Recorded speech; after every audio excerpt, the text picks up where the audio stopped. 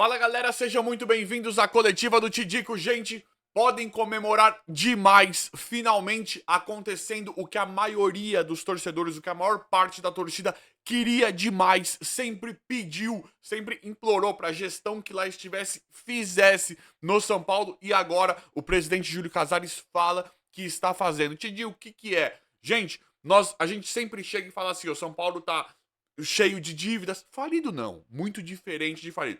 Faz dívidas, dinheiro entra demais. Acontece que a gente vê má gestão em muitos anos, né? Muitos anos acontecendo de má gestão. Agora, falido, sem dinheiro, isso nunca aconteceu. Eu sempre trouxe, sempre expliquei isso aqui pra vocês. Acontece que algumas coisas não são pagas e o dinheiro é mal usado, mal utilizado. Mas eu já vou falar isso mais pra frente. Falido, longe, longe de estar falido. A dívida só aumenta por má gestão do dinheiro, né? Por má administração. Então, longe de estar falido. São Paulo ganha demais, ganha muito dinheiro e administra errado, por isso que a dívida só aumenta. Mas isso é uma outra história. Diz muito a respeito do que eu vou explicar aqui pra vocês, mas isso é uma outra história. Acontece que há muito tempo se pede, há uma década mais ou menos, se pede pro São Paulo fazer um tipo de planejamento diferente.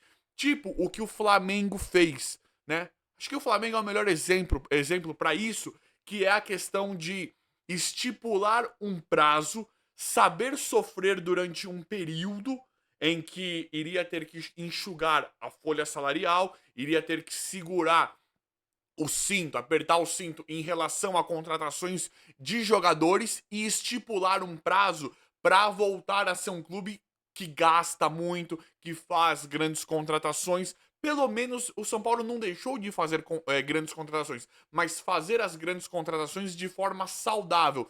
Essa é a diferença, né? O Rames foi uma contratação muito grande que, independente de ter dado certo ou dado errado, foi uma contratação que não foi saudável. O São Paulo, de novo, né, gasta a revelia. Como fez com o André Silva, com o Ferrarese, com o Michel Araújo, que independente, eu gosto do André Silva e do Ferrarese, acho que são boas compras, mas não tem planejamento. São jogadores que foram contratados que não foram nada baratos para serem reservas, pra mal serem utilizados. Então o São Paulo gasta de forma errada. E agora não tô nem falando da técnica dos jogadores.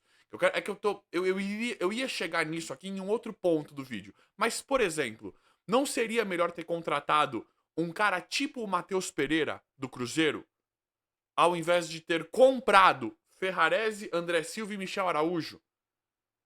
Gastou quase um pouquinho mais de 50 milhões. Não seria melhor ter feito uma compra só de um cara tipo o Matheus Pereira? Ou ter gasto 20 milhões a mais, não ter comprado o Galopo, ter gasto 20 milhões a mais, 60, 70 milhões e ter trazido um cara tipo o Luiz Henrique do Botafogo? Não seria melhor isso? E parênteses, de novo, gente, o Michel Araújo eu não gosto, acho fraco, acho ruim, não gosto. O André Silva eu gosto, e o Ferrarese eu gosto. Só que não, nem são utilizados. O Ferrarese virou terceiro reserva. Quando sai o Alan Franco, entra o Sabino. Ferrarese foi improvisado na lateral direita. Então eu acho o Ferrarese muito bom jogador. Muito bom zagueiro. Só que não tá errada essa compra. Não tá errado gastar 20 milhões num banco pra um time que fala que tá falido, que não vai ter contratação mais. Não tá errado isso. Então, galera, mas eu não queria. O vídeo não é pra um teor negativo, tá? O vídeo ele é pra um teor positivo em que o Júlio Casares mudou o discurso, falou que os primeiros anos da gestão foi pra recuperar o marketing, a autoestima do São Paulo, conseguir um título aqui, acolá. Mudou o discurso de quando ele entrou. Aqui não vai passar, tá, Casares? Independente de eu gostar de algumas coisas que você faz ou não, aqui não vai passar. Você mudou o discurso. Você sempre falou que iria visar a saúde financeira do clube e que não visaria título. O título seria consequência. Agora você fala, como ganhou o Paulista e a Copa do Brasil, Supercopa eu não vou nem comentar, tá? Eu não nem consigo. É claro que é um título pro São Paulo, que aí o São Paulo vira campeão de tudo, mas foi um jogo contra o Palmeiras. Então quando fala de 3 títulos, não, são 2 títulos. O outro foi mais um título, mas é consequência do tamanho do que é o São Paulo. Então não venha falar que o Carpini foi campeão. Isso aí é. São Paulo nunca considerou isso, tá? A grandeza do São Paulo é Libertadores, Brasileiro, Mundial. Um jogo pra nós ganhamos, fomos campeões. Não dá pra colocar num balanço geral um jogo contra o Palmeiras que resultou em título. Mas enfim, agora, galera, Júlio Casares mudou o discurso. Só que pela primeira vez nós temos algo mais. Pela primeira vez diante dessa década ruim que a gente vem, nós temos algo mais palpável em relação a valores, em relação a um possível prazo. Ele não deu prazo, mas ele fala. Esses primeiros momentos da gestão foi para ganhar títulos, trazer, melhorar o marketing, dar uma recuperar a autoestima do clube e dos torcedores, tal. Uma situação bem emergencial. Só que agora, com o fundo de investimento, é a primeira vez que a gente vê o São Paulo em um norte, né, em um caminho certo em relação a finanças, em relação à saúde financeira do clube, em relação a nós estarmos fazendo algo certo para quitar a dívida, para sair da dívida. De novo, não é que o São Paulo não tem dinheiro, o São Paulo tem muito dinheiro, muito dinheiro. Tanto que veio uma conversa de salários atrasados que nem estavam. São Paulo tem má gestão da grana, das finanças. Mas que vem muito dinheiro, vem. Cadê os 90 milhões da Copa do Brasil, por exemplo? Cadê aquele dinheiro? Como foi usado aquele dinheiro? Vendas de Antony Casemiro, que o Manchester teria que pagar 100 milhões pro São Paulo. Né? Aproximadamente 100 milhões, lembra? Uma coisa assim. Fora bilheteria, fora o marketing, fora o contrato melhor com a Superbet, com a Mondelez, que virou o Monombis. Todos os novos contratos. Então o São Paulo tem muito dinheiro, ganha muito dinheiro. E agora, pela primeira vez, a gente olha e fala, beleza, com o fundo, algumas regras, né, melhores para o São Paulo seguir em relação ao financeiro mesmo. Com esse fundo, dá para nós pensarmos, agora não vão acontecer contratações da cabeça de alguém, né? Não vai chegar um cara lá e falar, ó, tem um jogador ali no... Tem um jogador no Cuiabá, no Bahia, que é bom, contrata. Ah, mas quanto ele custa? Ah, 15, 18 milhões. Vai usar? Ah, não sei se o técnico vai usar. Sabe essas coisas que não pode acontecer? Como o São Paulo terá um teto, vai, de 350 milhões para gastar no futebol, nós esperamos que seja feita uma coisa mais coerente agora. E é aquilo que eu falei para vocês. Não seria melhor contratar um Matheus Pereira? Não seria melhor tentar comprar um cara do nível do Matheus Pereira? Tô dando um exemplo, tá? Pra mim o Matheus Pereira é um excelente jogador do Cruzeiro. Nada barato. Mas não é melhor contratar um ou dois, né? Desse nível, até ou três. Um atacante, um meio campista. Zaga nós temos sobrando. Não é melhor contratar um lateral esquerdo, um meio campista e um atacante só na temporada, só que jogadores pesados, como esse Matheus Pereira? Jogador de nível mesmo, jogador que chega ali contra o Botafogo podia fazer uma diferença. Contra o Atlético Mineiro poderia chamar a responsabilidade, dividir a responsabilidade junto com o Lucas, junto com o Caleri.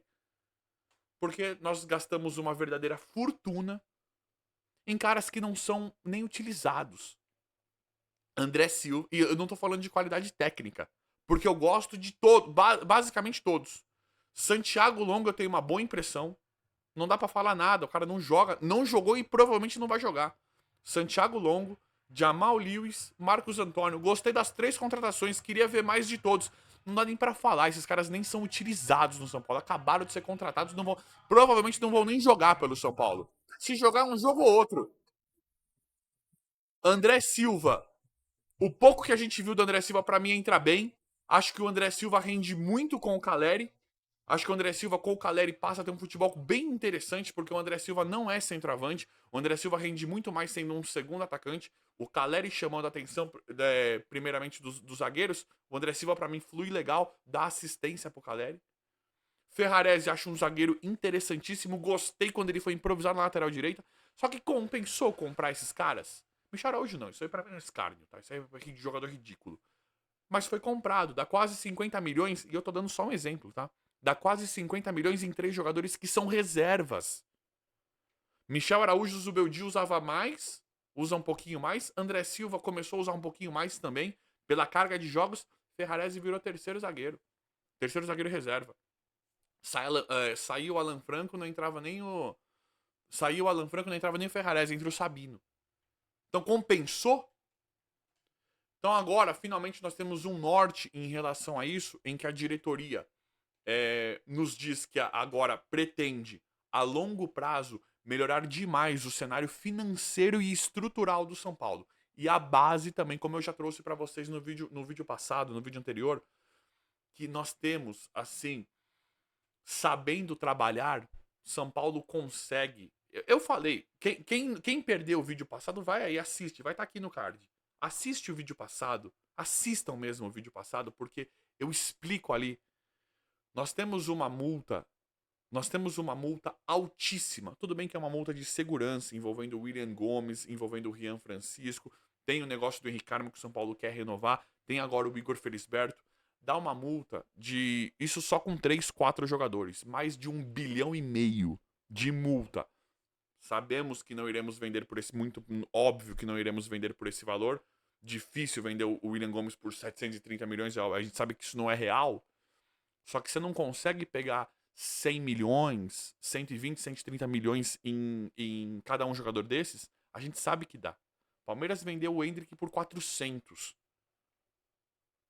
Se a gente fizer 4 ou 5 boas vendas de garotos da base que estão estourando, que já tem interesse de clubes de fora da Europa alta, São Paulo consegue em média 400, 500 milhões de reais.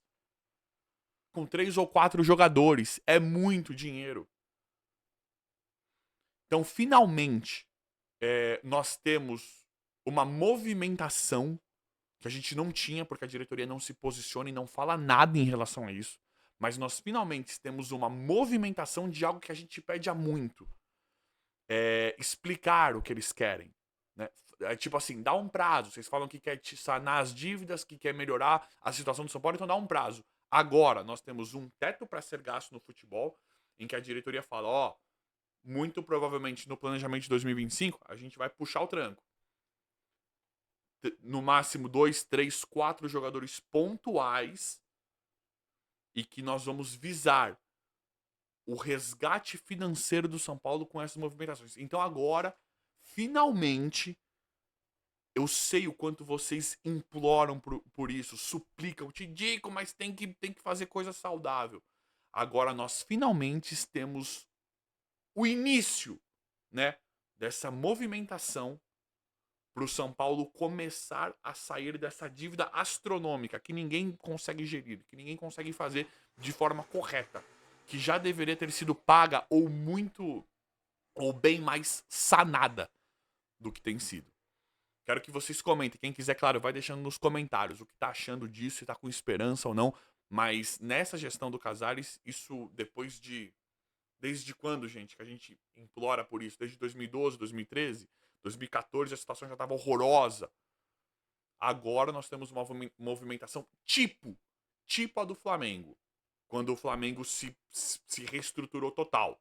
Que falou, torcida, nós vamos dar uma segurada, saiba sofrer, nós vamos dar uma seguradinha aqui, contratação pontual, vamos visar o futebol, mas calma, precisamos de 2, 3 aninhos aí para alavancar. Acredito que isso vai deixar muito torcedor feliz com essa impressão, com isso que está acontecendo no São Paulo. E um dos nomes já é Enzo Dias. Um dos nomes para essa temporada já é Enzo Dias. Jornal lá argentino já... Portal argentino já crava. Não vou trazer o portal porque eles falam muita coisa, né? Mas o Enzo Dias é um jogador que o São Paulo já teve interesse em outras janelas e tem interesse nessa também.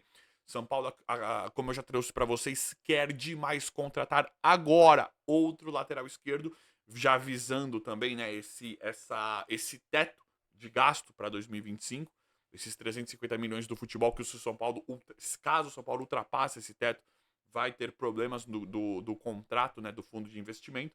E o Enzo Dias é um nome desse.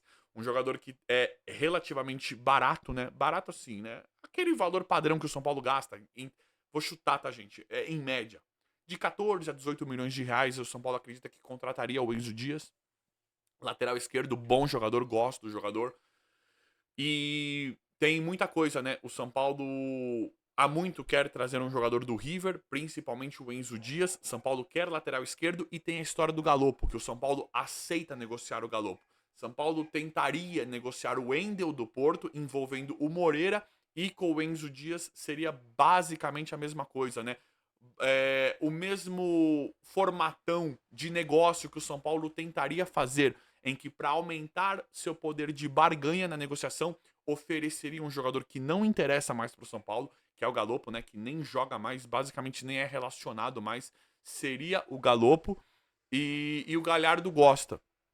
São Paulo não quer mais trabalhar com o Galopo. E o River já não é de hoje que o River tem interesse no Galopo, principalmente o Galhardo, né?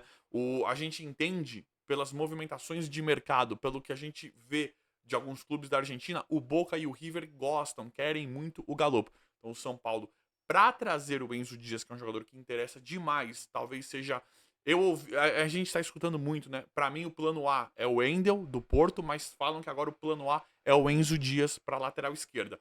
No Porto, São Paulo tentaria envolver o Moreira, que não deu certo, e com o River, São Paulo tentaria envolver o Galopo, que são jogadores que interessam, e aí o São Paulo aumentaria sua barganha, seu poder de troca e o seu poder de negócio, né?